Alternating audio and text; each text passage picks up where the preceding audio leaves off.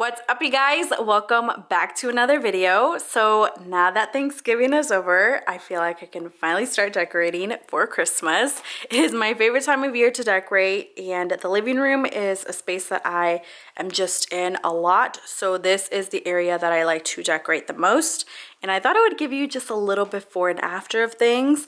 I will be taking those lights off of those lamps, and I might actually go find some white or red lights because I really liked how these looked at night. It makes everything so festive. So maybe I can find some at Target or something like that. For the pillows, I will be changing those out to more Christmassy colors. On the sides of my windows, I have like leaves drooping down. So those will be coming down, and I have everything over here. But on my table, I have a fall ornament that I'll be changing out into this more Christmassy one. And I do have a small tree. This is like 4 foot, and I'm gonna put that over in this table that I have over there. Have some lights, lots of ornaments here. This sign that says Merry Christmas, I'm not quite sure if you can see, but it kind of glitters, has a little shimmer to it. These are just towels that I'm gonna put in my kitchen. This is my blanket. On the table, I do have black placemats right now, so I'm going to be changing those out into these red ones. Got some stockings for my boyfriend and I. Candle, not quite sure what I'm going to do with this. I don't even know what this is called. But that will probably be wrapped around my TV. We'll see what I do with that. Got this sign here. Either will go in the living room or the kitchen, not sure yet. But it says, "The weather outside is frightful, but the wine is so delightful." It's such a cute sign. Mr. Nutcracker. This pillow here, Naughty is the New Nice, and then 2 red pillows that I'll be changing the orange ones out into. So I'm gonna put all of this up, and I'll show you what everything looks like after. So everything's all decorated now. This is what the dining room table looks like. And let me turn around and show you what this side is looking like. Got my pillows out.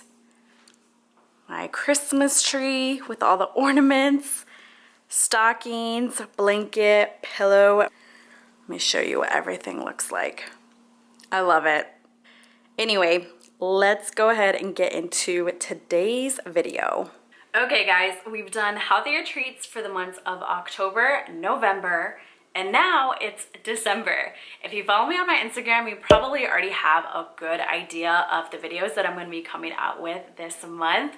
But if you don't follow me on Instagram, or you have no idea what's going on, for the month of December, I'm going to be doing Christmas cookies with Cindy. And I am so excited for these upcoming videos. Please be sure to give this video a like if you do enjoy it. Show it some love, or let me know down in the comments how you are liking these healthier recipes. So a couple of weeks ago, I went on Instagram stories and I asked you guys what some of your favorite holiday cookies included, because I really wanted to recreate these cookies in a much healthier version, and I also wanted to make the cookies both dairy and gluten-free. So I took all the responses that you guys gave me, and that is why we're going to be making cookies for the month of December. So for today's video, I'm going to be showing you how to make homemade sugar cookies. And if you happen to miss my video where I make my hot cocoa recipe, highly recommend you check that video out after this one.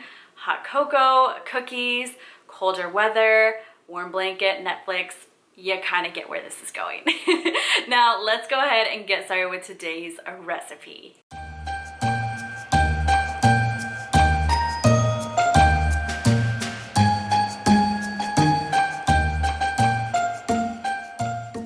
Alright guys, ingredients that I'm going to use for the sugar cookies today include a pasture-raised egg.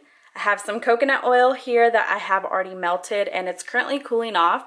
I like to melt and cool off my coconut oil when I add it to the recipe because it makes it easier for you to mix everything in that way. Maple syrup, pure vanilla extract, pure almond extract, organic cane sugar. Now you can substitute the cane sugar with coconut sugar. That would make the recipe even healthier if you would like. Almond flour, coconut flour, baking soda, and finally some Himalayan pink salt. So in a glass bowl, I went ahead and whisked 1 egg. The next thing I'm going to add in is 1/3 cup of the melted and cooled off coconut oil, 2 tablespoons of the maple syrup, 1 teaspoon of the vanilla extract, 1/4 teaspoon of the almond extract,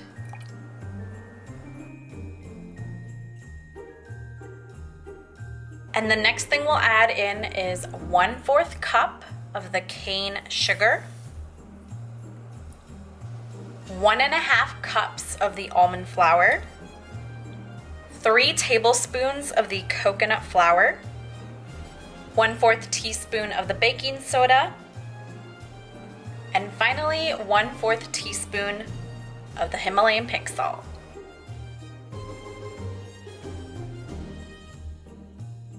Oh my gosh, you guys, that almond extract, it makes this recipe smell so good. These are gonna come out perfect.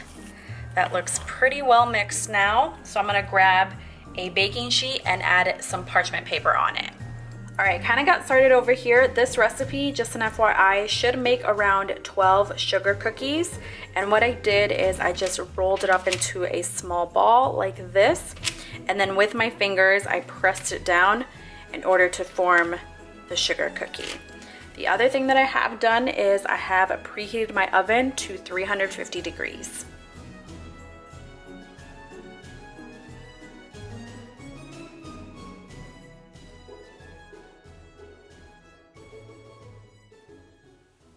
So the sugar cookies have fully cooled off, you guys.